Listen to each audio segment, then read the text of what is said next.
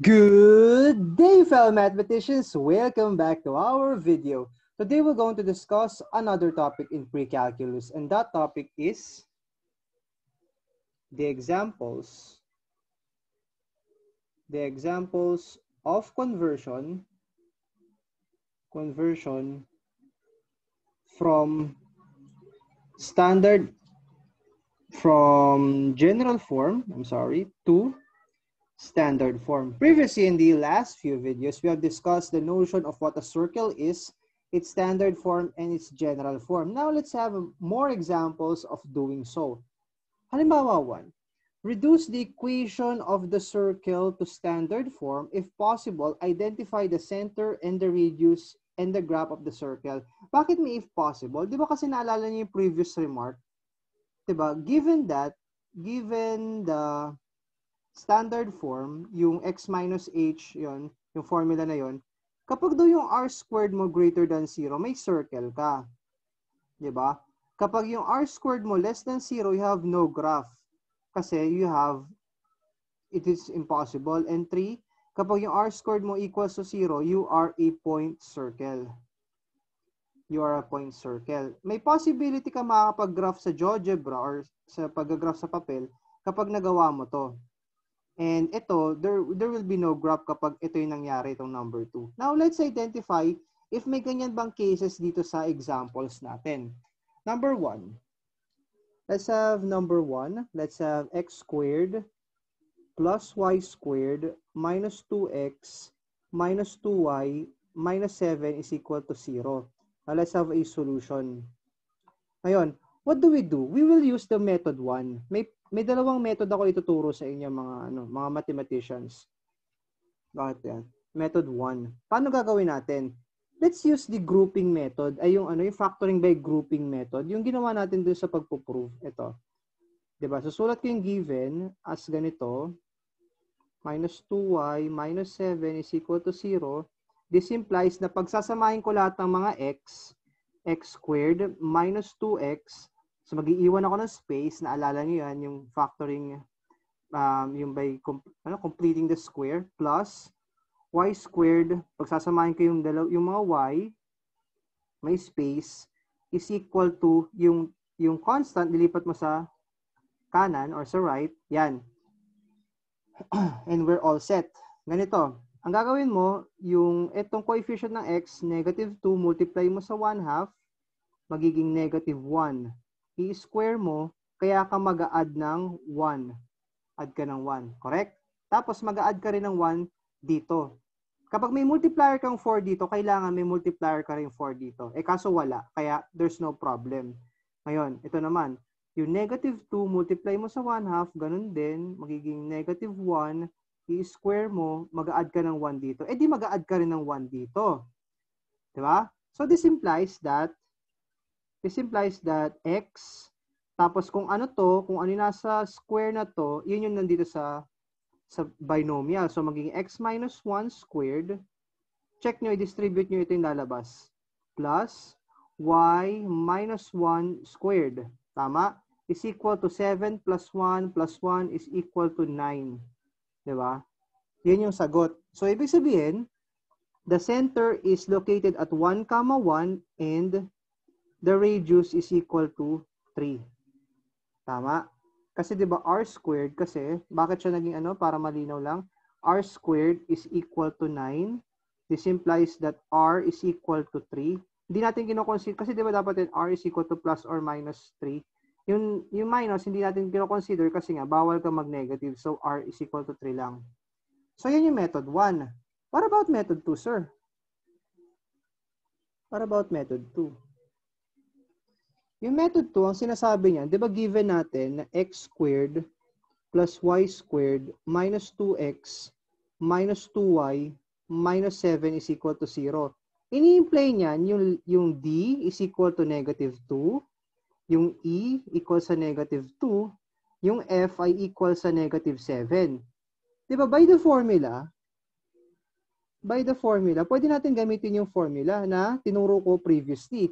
Ano ba yung center mo? Yung center, yung formula niya, C is equal to negative D over 2, negative e over 2.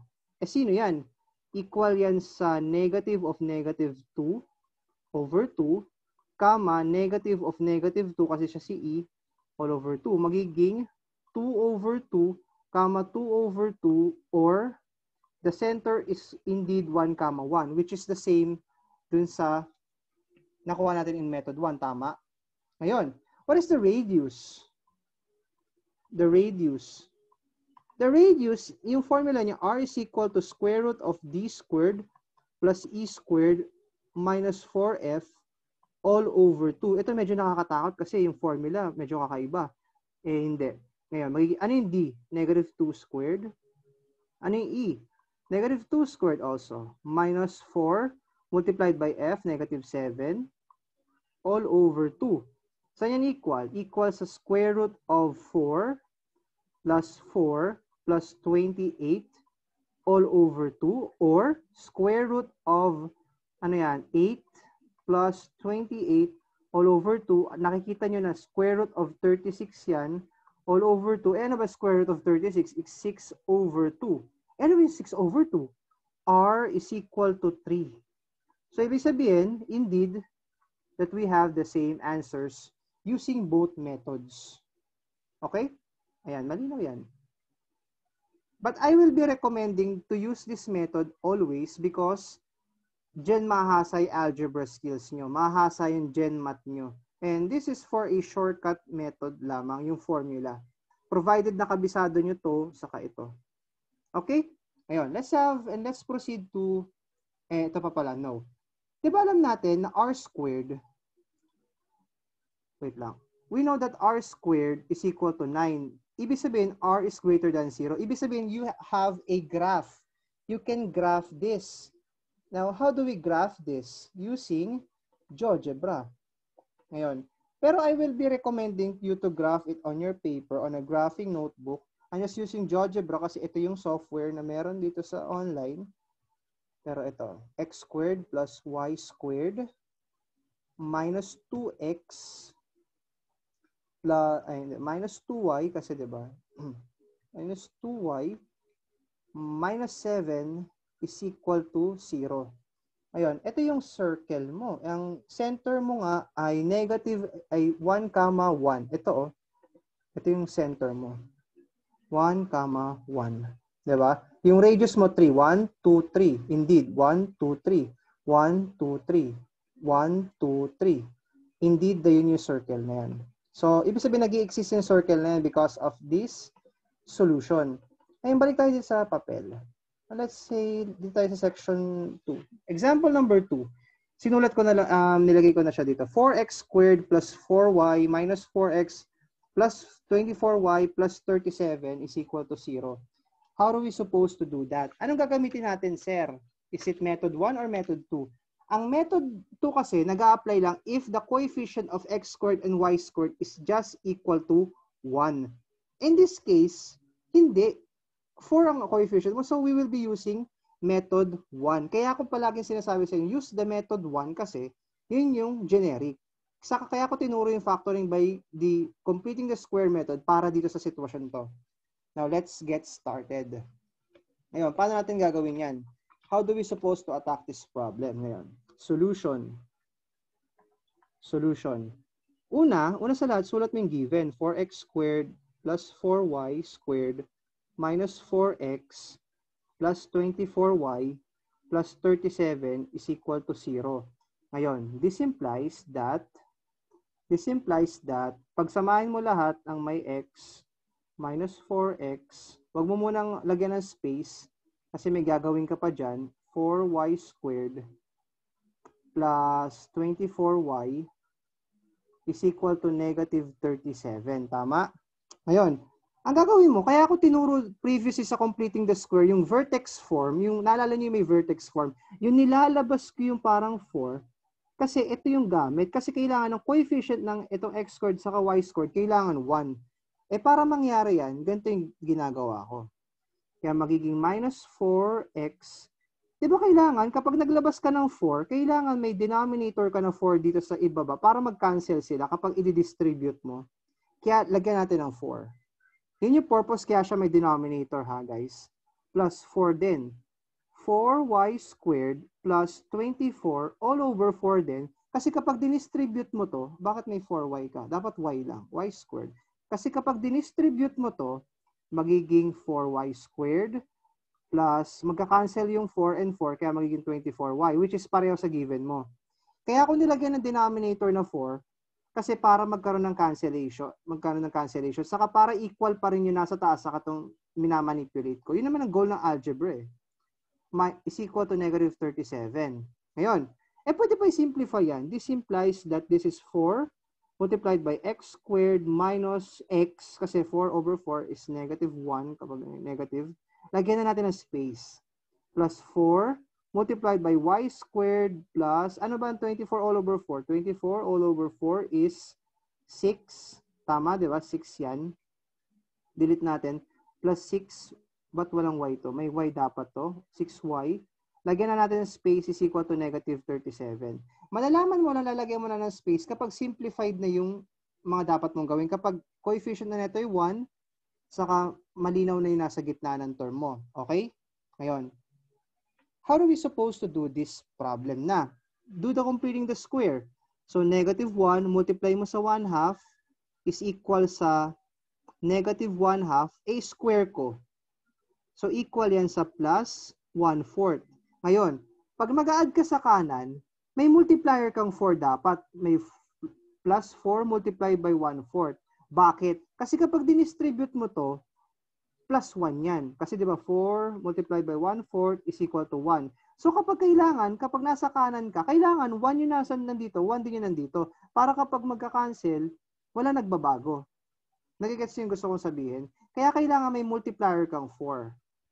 Dun sa unlike kanina, wala nang multiplier na kahit ano kasi walang number dito sa harap ng x squared. Itong nasa parentheses. Ganun yun. And similarly, ganito rin gagawin natin dito. 6 multiplied by 1/2 is equal to 3. Tama? 6 over 2 is 3. I-square ko, so magiging plus 9. Ang mangyayari, mag-a-add ka naman ng 9, para may template, 4. Yung multiplier na 4, multiply dun sa inad mo. So 9. Tama? So magiging, ano mangyayari? This implies that this is 4 multiplied by x. Ito, kung ano yung nasa parenthesis, x minus 1/2 squared plus 4 multiplied by y plus 3 quantity squared, kasi ito yung nandito, is equal to negative 37 plus 1 plus 36. Ano napapansin nyo? This is negative 37 plus 37. Ano yan? This is 0. So, nangyari, this implies that this is 4 multiplied by x minus 1/2 squared plus 4y plus 3 quantity squared is equal to 0. Di ba hindi naman yun yung equation ng circle, may 4 ka. So, divide both sides by 4. So, this implies that this is x minus 1/2 squared plus y plus 3 quantity squared is equal to 0. 0 over 4 or 0. Therefore, the center is 1/2 and the radius is negative 1/2 comma negative 3 and the radius is equal to 0. R squared is equal to 0 or R is equal to 0. Diba? Anong conclusion yan kapag R is equal to 0? This is the point circle. So, ina-assume mo yung graph na to, itong 1/2 comma negative 3, yan lang yung magagraph kapag pinlat mo sa GeoGebra, ito. And let's test it. Let's plot it in GeoGebra. Ngayon, let's say this is 4x squared. 4x squared plus 4y squared minus 4x plus 24y plus 37 is equal to 0. And makikita mo, there is no circle involved. You are indeed in negative 1/2 kasi positive 1/2, ito yung 0.5, nakikita nyo to. This is 1/2 and this is negative 3. Yan yung center natin, di ba? 1/2 comma negative 3. And this is the point circle. Di ba? Nakikita nyo, point lang siya. There is no circle involved kasi yung radius mo 0. Tama? So, that's the beauty of it, yung GeoGebra na to. Delete natin to for the final example. Let's go back to the paper. And medyo naintindihan nyo naman, di ba? Ayun, in the last example, we have 9x squared plus 9y squared plus 12x minus 18y plus 238. Now, let's have a solution. Gagamitin ulit natin yung method 1 kasi yung coefficient ng x squared and y squared is not 1. Applicable lang yung method 2 kapag yan ay 1. Pero in this case, hindi. Ayun. Ngayon, sulat natin yung given. 9x squared plus 9y squared plus 12x minus 18y plus 238 is equal to 0.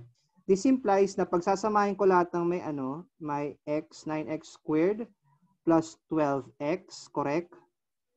Plus yung 9y squared minus 18y, diba, is equal to negative 238. Kasi ito, nilipat sa kanan. Ngayon, ilalabas ko yung 9 kasi nga yung goal, diba? Maging coefficient niyan ay 1. So, x squared. So, para mangyari, para ma-maintain yung balance, yung 12 natin, lalagyan natin ng over 9. Kasi, diba, pag dinistribute, magiging 12x, magka-cancel yung 9.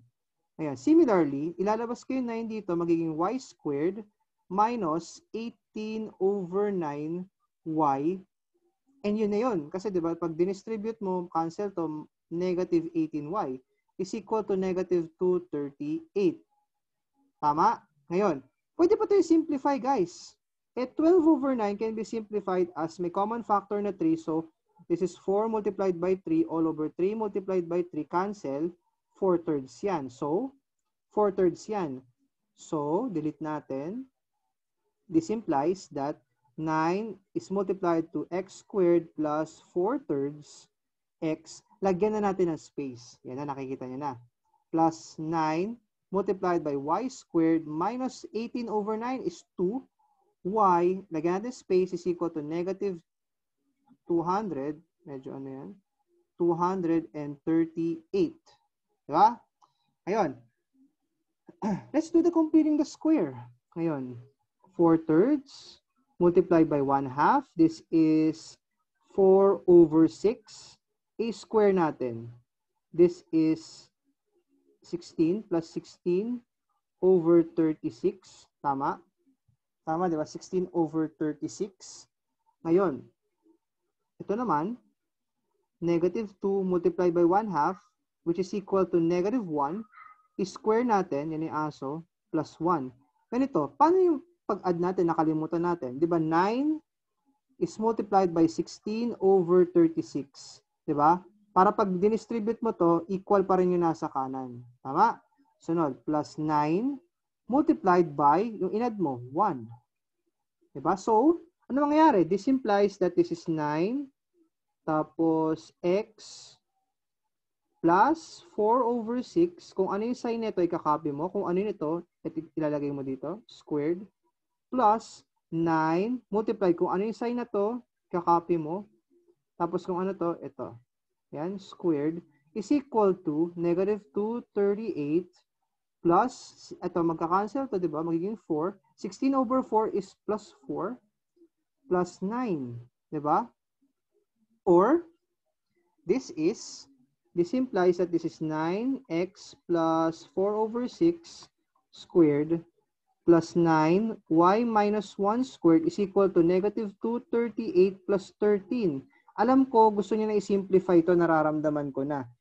Kaya magiging 9 multiplied by x plus 2/3 squared. Kung nagtataka kayo, paano nangyari yan? 4 over 6, 2 multiplied by 2, 2 multiplied by 3, cancel, kaya naging 2/3.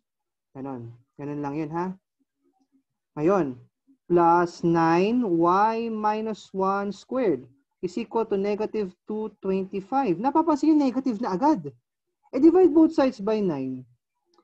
Magiging x plus 2/3 squared plus y minus 1 squared is equal to negative 225 all over 9, or this is in fact negative 25. Therefore, the circle is x plus 2/3 squared plus y minus 1 squared is equal to negative 25. Therefore, the center is negative 2/3, 1, and r squared is equal to negative 25. Ano conclusion kapag negative ang r squared, di ba? It is no graph. You have a no graph. So, ibig sabihin, if you're going to plot this in GeoGebra, dapat walang lalabas na graph. So, let's do it. Kasi we have the benefit of doing it. Ayun. Magiging 9x squared plus 9y squared plus 12x minus 18y plus 238 is equal to 0. Ayan. If you can see, everywhere, kahit i-zoom out natin siya na i-zoom out, there will be no graph evident because it is not possible. The graph is not possible. Yeah? So, ano napapansin nyo? Balik tayo dito. Napapansin nyo, nasakop natin lahat ng examples ng mga standard forms. Yung circle, example 1, halimbawa 1. This is halimbawa 3. Yung point circle, yung halimbawa 2. Diba? Nasakop natin lahat ng cases. I hope you learned something today. I hope that you have appreciated what I've did. I've provided a lot of examples and showcase how to convert from general form to standard form using the two methods. And in the next video, I will be discussing a harder example involving circles. And until then, mathematicians, keep safe and have a good day. Goodbye now.